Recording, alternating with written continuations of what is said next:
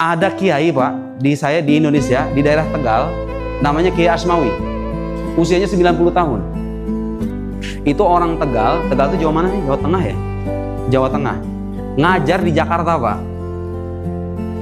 Kebayang nggak perjalanan berapa jam itu?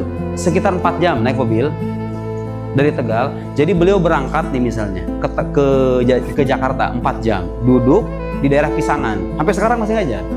Di daerah Pisangan duduk sekitar 2 jam ngajar beginian sama murid-muridnya. Sampai jam 11 malam 2 jam. Nanti selesai ngajar balik lagi ke Tegal. Subhanallah, tahu nggak? Selama 60 tahun dari usia 30 sampai 90 bahkan mungkin lebih, 30 tahun lebih, yang beliau ajari cuma 1 kitab aja. Nggak ganti-ganti. Saya udah nanya sama super pribadinya dan udah sejak lama, Pak itu benar beliau itu nggak ngajar yang benar Pak, nggak pernah ngajar apapun, cuma 1 kitab aja. Kitab apa yang dibaca? Kitab Ummul Barohin, kitab Tauhid, kitab Akidah. 60 tahun ngajar 1 kitab tipis namanya Ummul Barohin itu nggak kelar-kelar. Bukan nggak kelar-kelar, diulang-ulang terus-menerus maksudnya. Selesai hatam, balik lagi, selesai hatam, balik lagi. Itu yang sekarang jadi murid-murid beliau. Itu adalah anak cucu keturunan dari murid-muridnya terdahulu.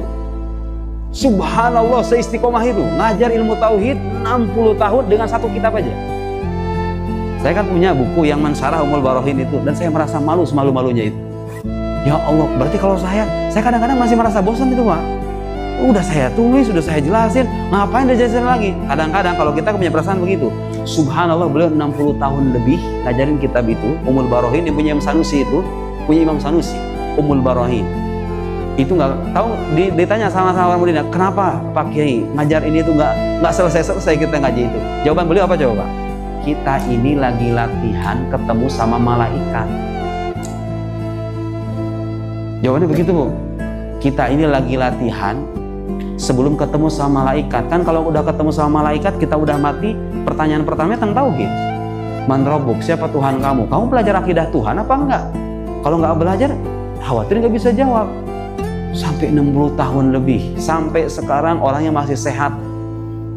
Dan saya meyakini itu sebagai wali Allah Subhanahu wa Ta'ala. Karena nggak banyak orang bisa begitu Pak. Serius, saya sampai tercengang gitu mendengar kisah dari murid-muridnya. Sampai ngajar rela beratus-ratus kilo gitu kan, habis itu pulang lagi hanya karena ingin mengajari kitab Tauhid Ummul Barohin itu. Subhanallah, Kiai Asmawi itu. Orang-orang kayak kita kadang-kadang usianya udah 60, 70 nggak pernah belajar akidah. Coba itu lihat. Kadang-kadang cara beragama kita itu terbalik. Kita mengiranya beragama itu hanya sebatas sholat, Allahu Akbar, puasa waktu Ramadan, haji, umroh, selesai. Oh salah, itu bagian dari agama. Salah satu bagian dari agama itu. Tapi yang paling mendasar dalam agama kita itu akidah yang menjadi asas dari amal soleh itu.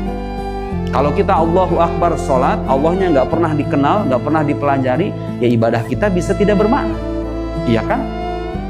Nah itu juga yang kadang-kadang wajib. Sebetulnya ibu ini punya kewajiban ngajari sama anak. Nah Allah yang kita sembah itu Tuhan yang 1, 2, 3, 4, begini penjelasannya. Itu sebenarnya wajib Bu, fardu ain soalnya hukumnya. Sekarang berapa banyak keluarga yang sadar dengan itu? Mengira kalau ngajari anak agama itu ngajari sholat doang. Dasar keyakinan menyangkut Tuhan yang disembah lewat sholat, bagaimana? Diajarkan apa enggak? Enggak. Terbalik berarti cara beragama kita. Yang makanya Nabi Muhammad Pak selama 10 tahun di Mekah ngajarin apa coba sama umatnya itu? Ngajarin akidah ya kan? Ibu kalau baca ayat-ayat Makki ya, ayat-ayat yang turun sebelum beliau hijrah ke Madinah, itu rata-rata bicara akidah semuanya. Rata-rata sebagian besar bicara akidah. Kenapa? Karena untuk membangun peradaban yang ideal itu harus diawali dengan keyakinan yang lurus, ya kan?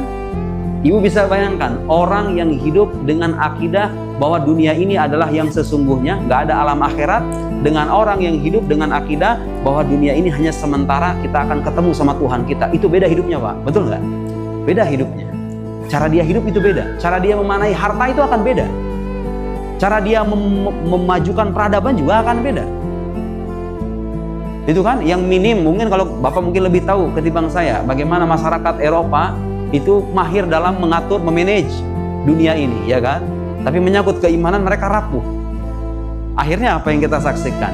Tetap saja ada ekses, ada efek samping dari itu ya.